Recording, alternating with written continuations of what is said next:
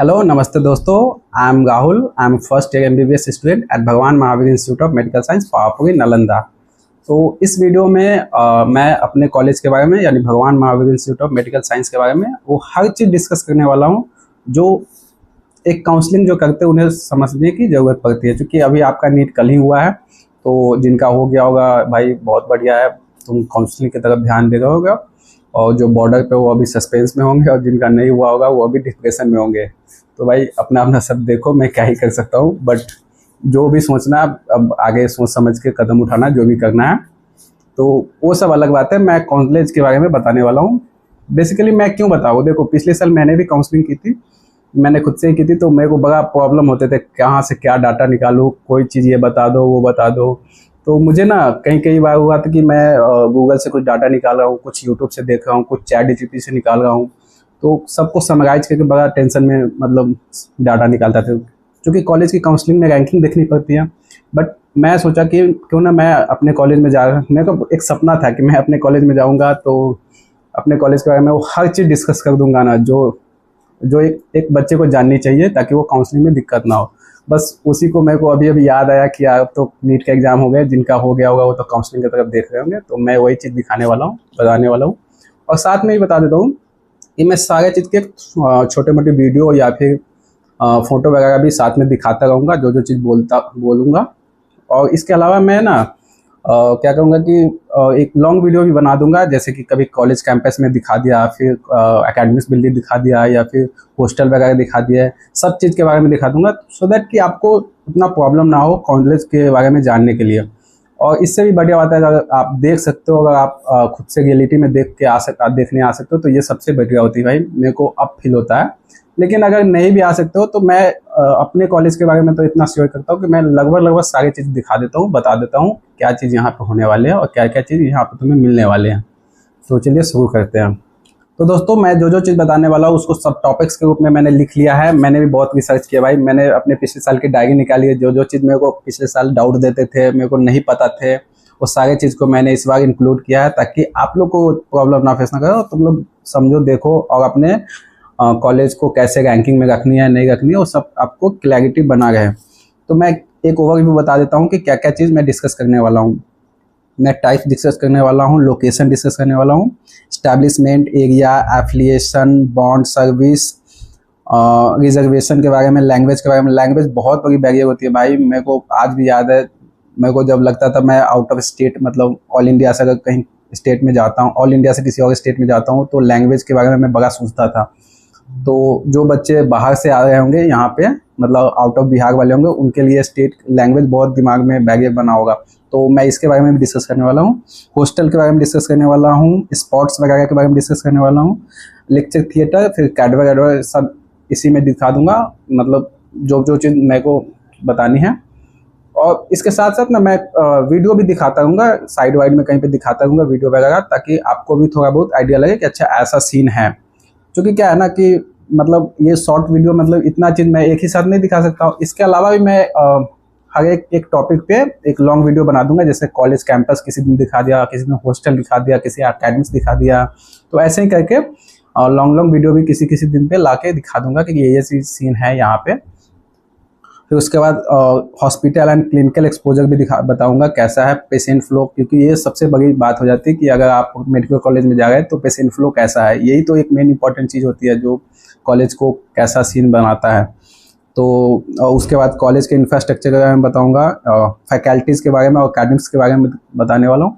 और सबसे इम्पॉर्टेंट जो मेरे को उस समय जब मैं काउंसलिंग करता था, मेरे को एक ऐसा थॉट बना हुआ था कि यार जिस कॉलेज में ज़्यादा फेस्ट होंगे ना उसी में मैं जाऊँगा। तो ये मेरे को कोई नहीं बताता था, बट मैं इसको भी इंक्लूड किया हूँ। और मैं इससे ही बताने वाला हूँ कि फेस्ट वगैरह के बारे में, कैसे कैसे फेस्ट होते हैं, और साथ के वीडियो वगैरह मेरे को छोटे छोटे वीडियो है वो सब दिखा दूंगा।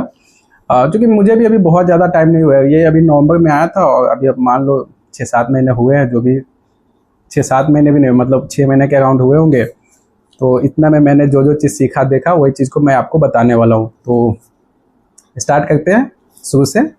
और दोस्तों अगर आपको कभी ऐसा लगे कि मेरा एक पर्सनल डाउट था जो डिस्कस नहीं हुआ इसमें, तो आप कमेंट में पूछ लेना, मैं डेफिनेटली आपको जवाब दे दूंगा कि ये कॉलेज वो जो भी आपका क्वेश्चन था वो मेरे कॉलेज में है या नहीं है। तो डिस्कस करते हैं स्टार्टिंग से। और टाइप में बात करते हैं, ये डेफिनेटली गवर्नमेंट मेडिकल कॉलेज है, government Bhagwan Mahavir institute of medical Science government medical college है। ये इसका पुराना नाम Vardhman Institute of medical Science था, इसको बदल के Bhagwan Mahavir institute of medical Science रखा गया। मतलब अब क्या सीनैरियो था, पीछे हिस्ट्री क्या थी मेरे को पता नहीं है, बट ये सीन है यहाँ पे। लोकेशन के बारे में बताऊँ तो ये कॉलेज जो है वो रूरल एरिया में है, अर्बन में नहीं है। तो अब क्या सीन रहता है कि मतलब जैसे कहीं अगर कॉलेज खुला, अगर मेडिकल कॉलेज खुला है, इतना बड़ा कॉलेज खुलता है, तो आजू बाजू की डेवलपमेंट ऐसे ही हो जाती है। आजू बाजू में मार्केट वार्केट खूब डेवलप कर जाते हैं। तो ऐसा सीनैरियो है कि आपको कॉलेज के बाहर लगभग सारे सामान मिल जाएंगे। बट ये है ना कि कॉलेज एक अर्बन एरिया में है, तो ऐसा सीनैरियो इस कॉलेज के साथ नहीं है। लेकिन क्या है कि अगर आप कॉलेज से अगर राइट लेफ्ट के तरफ देखोगे तो राइट में जाओगे तो लगभग 10 किलोमीटर 12 किलोमीटर में राजगीर पड़ जाएंगे। फिर एक तरफ जाओगे लेफ्ट की तरफ तो आपको लगभग बिहार शरीफ पड़ जाएंगे। तो ये दोनों काफ़ी डेवलप है, ठीक ठाक डेवलप है। तो आपको ऐसा सीनरियो रहने वाला है। पटना से डिस्टेंस बात करें तो पटना से अराउंड 80 किलोमीटर के आसपास है, जो आप बाई ट्रेन और बाई बस बस तो डायरेक्ट सीधे रास्ता, और ट्रेन भी सीधे अपना रूट लेकर आती है। तो आपको ऐसा सीनरियो रहने वाला है। अब मेरा कंक्लूजन क्या रहता है ना कि मैं आपको एक दो आइडिया अपना पर्सनल सजेशन देता हूँ। मेरे को जो फील होता है कि अगर कॉलेज के एकेडमिक्स में थोड़ा बहुत की गैप है ना, तो आप अर्बन एरिया वाले कॉलेज को ज़्यादा प्रेफर करना रूरल एरिया से। क्योंकि क्या है ना, अर्बन में रहने पे एक्सपोजर बहुत मिलते हैं, वहाँ पर क्लिनिकल के बहुत प्रकार के बाद, प्लस में आपको एनवायरमेंटल सिनेरियो बहुत अच्छा मिल जाता है। एनवायरमेंटल अगर आपको बहुत अच्छा मिलेगा तो आपका डेवलपमेंट भी बहुत अच्छा होगा। आपको कुछ नया सीखना हो, कुछ एक्स्ट्रा कोई एक्टिविटी सीखनी हो तो आपको आजू बाजू में मिल जाएंगे। बट यहाँ पर क्या सीन रहता है कि अगर अर्बन में रूरल में है तो ये सिनेरियो थोड़ा नहीं रह पाता। तो लोकेशन के बारे में मैं आपको पर्सनल सजेशन भी, और इस कॉलेज के साथ क्या है ये भी मैं बता दिया हूँ। एस्टैब्लिशमेंट की बात करते हैं। एस्टैब्लिशमेंट 2013 में हुआ था, और एमबीबीएस शायद ये सिनेरियो है कि कॉलेज का एस्टैब्लिशमेंट बहुत पहले हो गया था, लेकिन एमबीबीएस की बैच जो पहले स्टार्ट की थी वो 2013 से ऑनगोइंग है। तो 2013 में मान के ही चलता हूँ, वहीं से एमबीबीएस की पढ़ाई स्टार्ट हुई है इस कॉलेज में। तो एमबीबीएस से ही स्टार्ट है।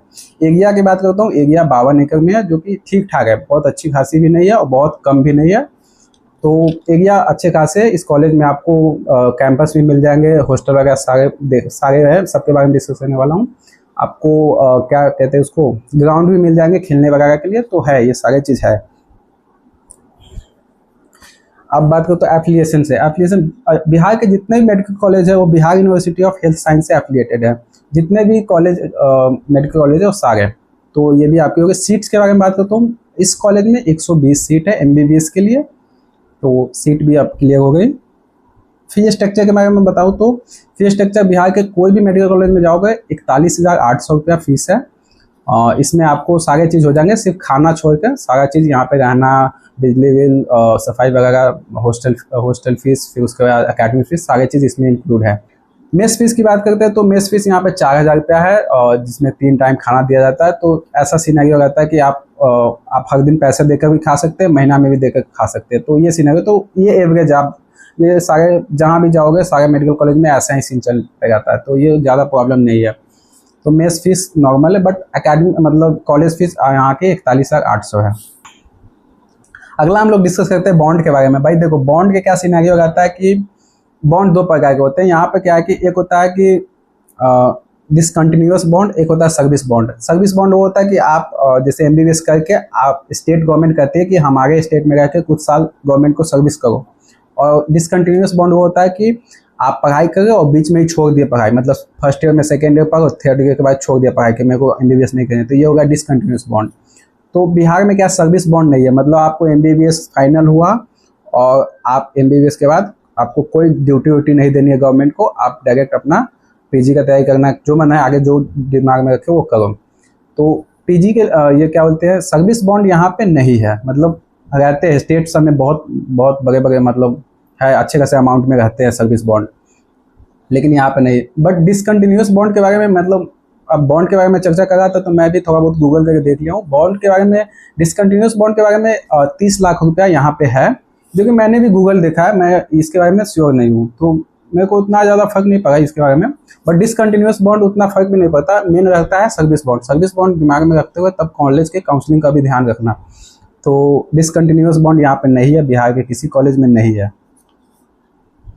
अब बात करते हैं अब बात करते हैं रिजर्वेशन पे। रिजर्वेशन क्या होती है ना कि मैं थोड़ा बहुत और भी बता देता हूँ, हो सकता है मेरे को भी थोड़ा बहुत कहीं से कन्फ्यूजन हो गया हो, थोड़ा बहुत मैं गलत भी बोलूँ, लेकिन मैं जहाँ तक जानता हूँ वहाँ तक मैं आपको गाइड कर सकता हूँ। आप भी थोड़ा बहुत और वीडियो देख लेना। देखिए रिजर्वेशन क्या होती है कि मान लो कि मैं बिहार के रहने वाला हूँ या कहीं का, मैं बिहार से, मैं खुद से ही रिलेट करता हूँ, मैं बिहार का रहने वाला हूँ, बिहार के स्टेट में ही मैं कॉलेज, किसी कॉलेज में पढ़ रहा हूँ, तो बिहार गवर्नमेंट मेरे को पीजी में बोलेगी कि पीजी में खुद के कॉलेज में, मतलब आप बिहार के ही कॉलेज में रह के पढ़ लोगे ना, तो वहाँ पर 50% के रिजर्वेशन देगी। लेकिन ये हर स्टेट ना अपने कॉलेज में 50% रिजर्वेशन देती है उस बच्चा के लिए। जैसे मान लो मैं बिहार से हूँ और मैं महाराष्ट्र के कॉलेज में जाकर पढ़ लिया, तो महाराष्ट्र गवर्नमेंट हम ही को देगी अपने स्टेट से ही पीजी करने के लिए 50% का रिजर्वेशन। इसको कहते हैं स्टेट रिजर्वेशन। लेकिन एक होता है कॉलेज रिजर्वेशन। कॉलेज रिजर्वेशन कुछ खास कॉलेज में, जैसे एम्स वेम्स में है, एम्स में हो गया, या फिर बीएचयू वगैरह में है। बीएचयू में कॉलेज रिजर्वेशन है। कॉलेज रिजर्वेशन क्या होता है कि जैसे मान लो कोई बच्चा बीएचयू से पढ़ा और तो बीएचयू कहता है कि मेरे यहाँ से एमबीबीएस किए हो, तो मेरे यहाँ से ही पीजी करोगे ना, तो मैं तुमको 80% छूट दूंगा, मतलब 80% ना रिजर्व रहेगा मेरे ही बच्चों के लिए। फॉर एग्जांपल अब मैं आपको ऐसे बताता हूँ, मान लो कि पीजी में आपके रैंक 1 आई और मेरी रैंक 80 आई, और दोनों आदमी का जब काउंसलिंग होगा तो क्या होगा कि मेरी रैंक 80 है, आपकी रैंक 1 है, एक एग्जांपल के लिए मैं बता रहा हूँ, तो क्या होगी कि बीएचयू की जो काउंसलिंग बॉडी है वो कहेगी कि मैं, मतलब बीएचयू से जो एमबीबीएस किया हुआ, यानी मैं किया हूँ, तो मुझे वो पहले लेगी, एक रैंक वाले को बाद में लेगी, क्योंकि मैं वहाँ का पहले ही एमबीबीएस करके बैठा हूँ उस कॉलेज से, तो वो कॉलेज रिजर्वेशन हो गया। तो कॉलेज रिजर्वेशन बहुत फ़ायदा करता है, और ये काफ़ी कम कॉलेज में मिला हुआ है ये, मतलब college reservation. But state reservation सब अपना अपना सारे स्टेट ने अपने अपने कॉलेज को स्टेट रिजर्वेशन दिया हुआ है। तो ये सिनेरियो रहता है बेसिक। अब मेरे को इतना पता था, हो सकता है मैं थोड़ा बहुत गलत हो, तो आपको मतलब थोड़ा और भी इस बारे में वीडियो वगैरह देख लेना। तो रिजर्वेशन के बारे में बेसिक थोड़ा बहुत बता दिया। अब चलिए आगे बढ़ते हैं। चलिए लैंग्वेज के बारे में बता दूँ। लैंग्वेज बहुत बड़ा बैरियर होता है। लैंग्वेज जो बच्चे बाहर से आ गए होंगे उसके लिए तो लगा होगा क्या ही सिनेरियो रहने वाला, बिहार है, भोजपुरी वगैरह चलते होंगे। तो भाई मैं बता दूँ, बिहार हो या कोई भी हो, मतलब मेरे को ये सीन पता चला कि यहाँ पे आपको हिंदी ही बोलनी होगी। हिंदी हर जगह लागू है, आप हिंदी बोलो, इंग्लिश बोलो, ये दोनों में से कोई जिसमें भी आप कंफर्टेबल हो बोल सकते हो। बिहार के यहाँ पे प्रोफेसर लोग भी हिंदी में बात करते हैं, मैम प्रोफेसर दोनों जो भी है, या तो इंग्लिश में बात करेंगे, नहीं तो हिंदी में बात करेंगे। यहाँ भोजपुरी वगैरह नहीं चलते, कोई लोकल लैंग्वेज नहीं चलते, और मेरे को तो लगता है कहीं भी नहीं चलते भाई। किसी सिटी में चले जाओ, पटना वगैरह कहीं भी चले जाओ, कहीं भी ये सीन नहीं रहता, सब अपना हिंदी में बात करते हैं। और गाँव में होती है कि भाई अपना पर्सनल किसी घर पे बात करें तो वो थोड़ा बहुत अपने लोकल लैंग्वेज बात कर लेते हैं, अदरवाइज कोई ऐसा भोजपुरी वगैरह नहीं सीन रहता है यहाँ। या तो आपको बात करनी होगी तो हिंदी में, नहीं तो आप कंफर्टेबल है इंग्लिश में, और सामने वाला भी कंफर्टेबल है तो इंग्लिश में बात करो। तो ये सिनेरियो रहने वाला है। तो ये उन बच्चों को बहुत फ़ायदा करेगी जो बिहार से बाहर से है, उनको लगा होगी अच्छा चलो ये सीन है। बाकी जो बिहार से उनको तो सारी चीज़ पता ही है। तो चलिए अब आगे डिस्कस करते हैं। हॉस्टल के बारे में भाई बात करता हूँ, तो हॉस्टल के बारे में ये सिनेरियो है कि आपको हॉस्टल मिल जाएंगी, गर्ल्स हो या फिर बॉयज़ हो, दोनों को आपको हॉस्टल मिल जाएगी।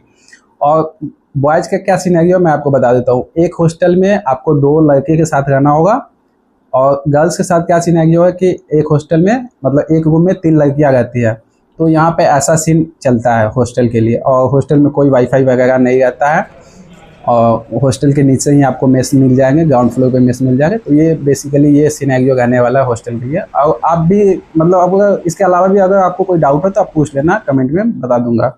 अब बात करते हैं गेम्स वगैरह के बारे में। तो भाई यहाँ पर गेम्स अच्छे खासे होते हैं। आप लगभग मेरा आप पिछला वीडियो आप अगर देखिएगा तो वहाँ पर पता चल जाएगा कि थोड़ा बहुत गेम्स के बारे में मैंने देखा है। मतलब अभी हम लोग के कॉलेज में एक फेस्ट हुआ था, कॉलेज फाउंडेशन डे, तो उसमें काफ़ी सारे गेम्स वगैरह हुए हैं।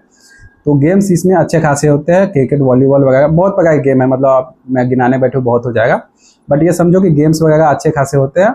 और उस सबके लिए ग्राउंड की बात करता हूँ तो ग्राउंड एक क्रिकेट ग्राउंड है और एक वॉलीबॉल ग्राउंड है। इसके अलावा ये तो आउटडोर गेम हो गया ना, तो क्रिकेट ग्राउंड भी है और उसके बाद वॉलीबॉल, और क्रिकेट ग्राउंड ही एक फुटबॉल ग्राउंड भी है। मतलब वो डबल मतलब ग्राउंड के रूप में काम करता है। तो एक ऐसा सिनेरियो रहता है।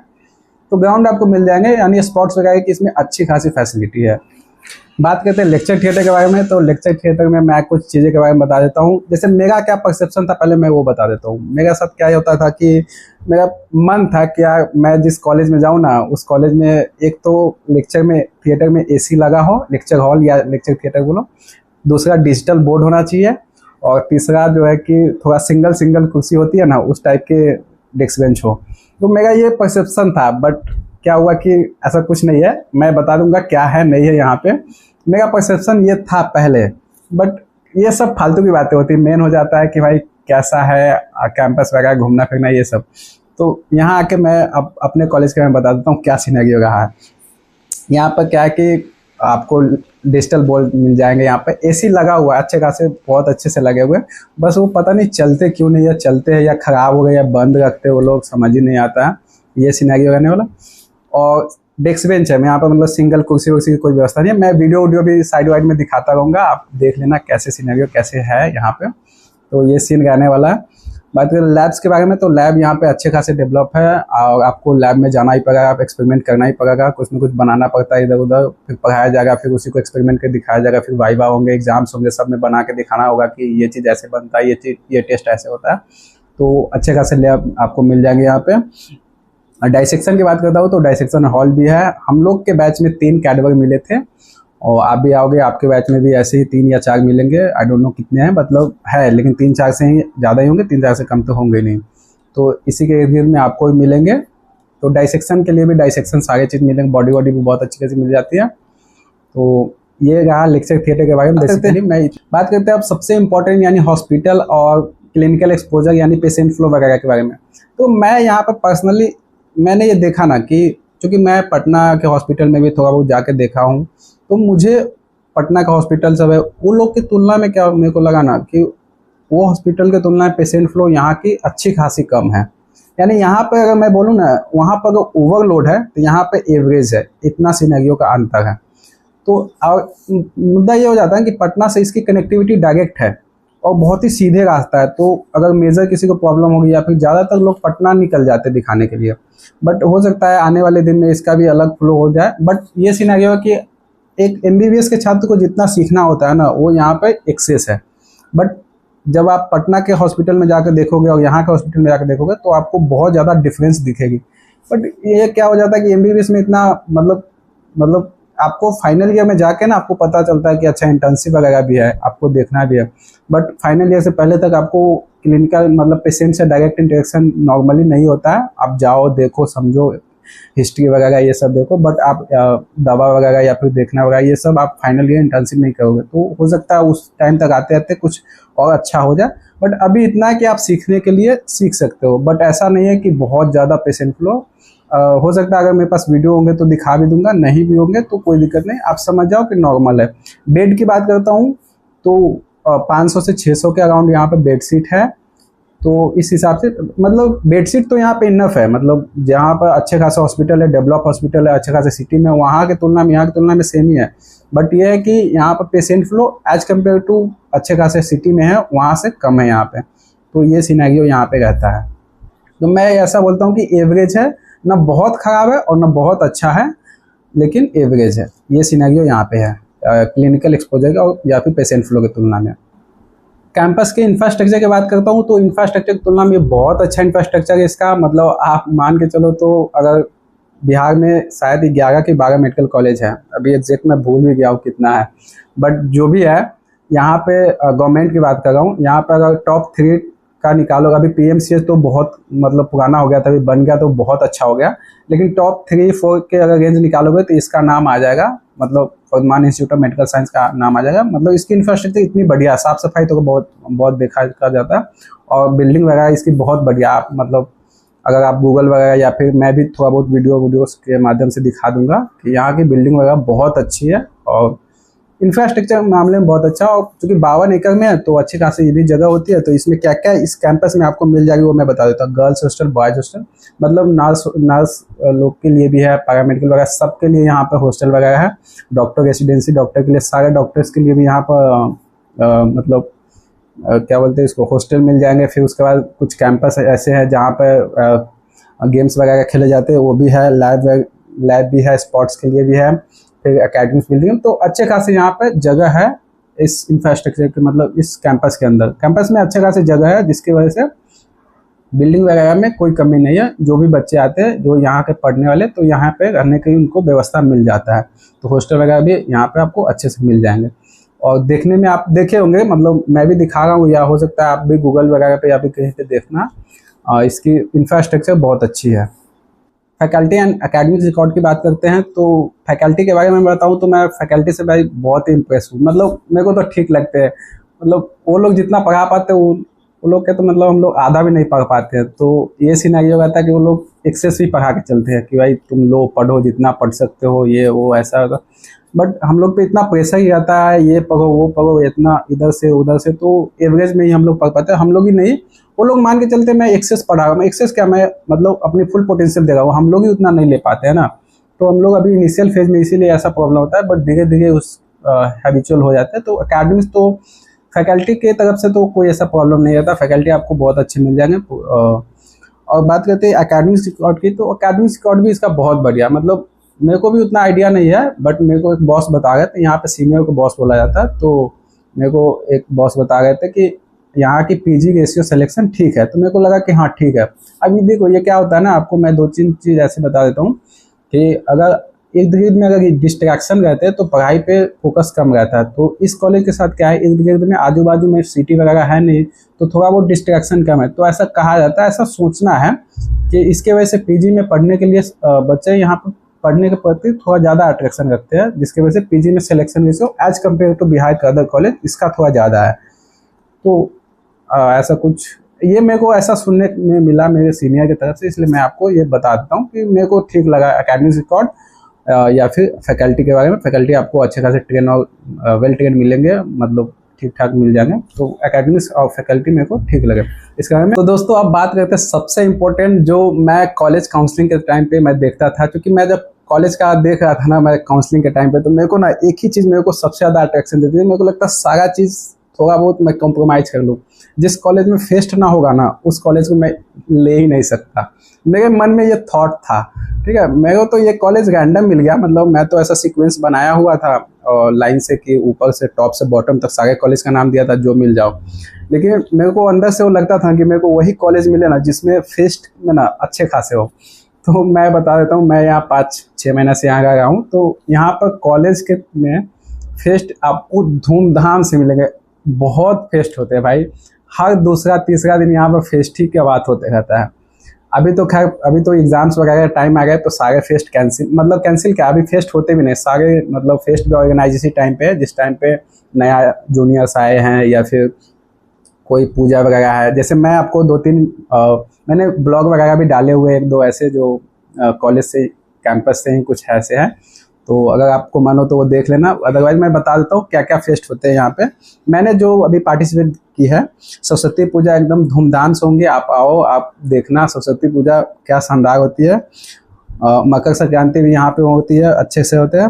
न्यू ईयर भी बहुत अच्छे से मनाया जाता है, इफ्तार पार्टी मनाई जाती है। कॉलेज फाउंडेशन डे अभी 15-20 दिन पहले खत्म हुआ। कॉलेज फाउंडेशन डे बहुत बड़ी मतलब फेस्ट है, ये 15-20 दिन की होती है, 15 दिन की शायद होती है। और इसमें काफ़ी सारे मतलब गेम्स वगैरह होते हैं, इसमें सारे गेम्स को मतलब मनाए जाते हैं। और हमारे कॉलेज में जो कॉलेज फाउंडेशन डे है उसको न्यूक्लियस का नाम दिया गया है। सब कॉलेज में अपना अपना नाम दिया जाता है, तो यहाँ न्यूक्लियस। और भी मैं तो इतना ही अभी इंजॉय कर पाया हूँ, आने वाले मतलब देखता हूँ क्या क्या हो सकते हैं, बट बस यही है।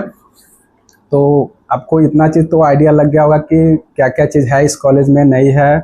और इसके अलावा मेरे को लगता है कि हर आदमी की अलग अलग पर्सनल प्रॉब्लम होती है। तो अगर आपको कोई ऐसा पर्सनल लगे कि हाँ मेरे को ये चीज़ समझ नहीं आया या फिर मेरे को ये चीज़ भी जाननी थी और मैं इसमें बता नहीं पाया, तो आप कमेंट में पूछ लेना। और कोशिश करना कमेंट में पूछने का, क्योंकि हो सकता है आपकी वजह से किसी और को भी मदद मिल जाए, और मैं कोशिश। तो दोस्तों पता नहीं क्या हो गया था, फ़ोन ही ऑफ हो गया, मेरे को पता ही नहीं चला कि फ़ोन ऑफ हो गया। बट इट्स ओके कि आखिरी में रिकॉर्ड मैं कर रहा था, पता चले यार मैं स्टार्टिंग में ही ऐसा बंद हो जाता तो मैं बोले जाओ कुछ रिकॉर्डिंग नहीं हुआ, ये अलग ही सीन हो जाता, परेशान हो जाता भाई मैं। But it's okay. और कुछ खास नहीं बोला था मैं, बस यही बोल रहा था आखिरी में कि लाइक कर देना, सब्सक्राइब कर देना, शेयर भी कर देना भाई। भाई लव यू भाई, बाय बाय। मिलते हैं अगली वीडियो में। कुछ नया अगर कुछ पूछना हो तो कमेंट में पूछ लेना, मैं डेफिनेटली जवाब दे दूंगा। और कुछ नया वीडियो भी चाहिए तो बता देना, मैं इस पर बता दूंगा क्या करना है नहीं करना है। बस बाय बाय।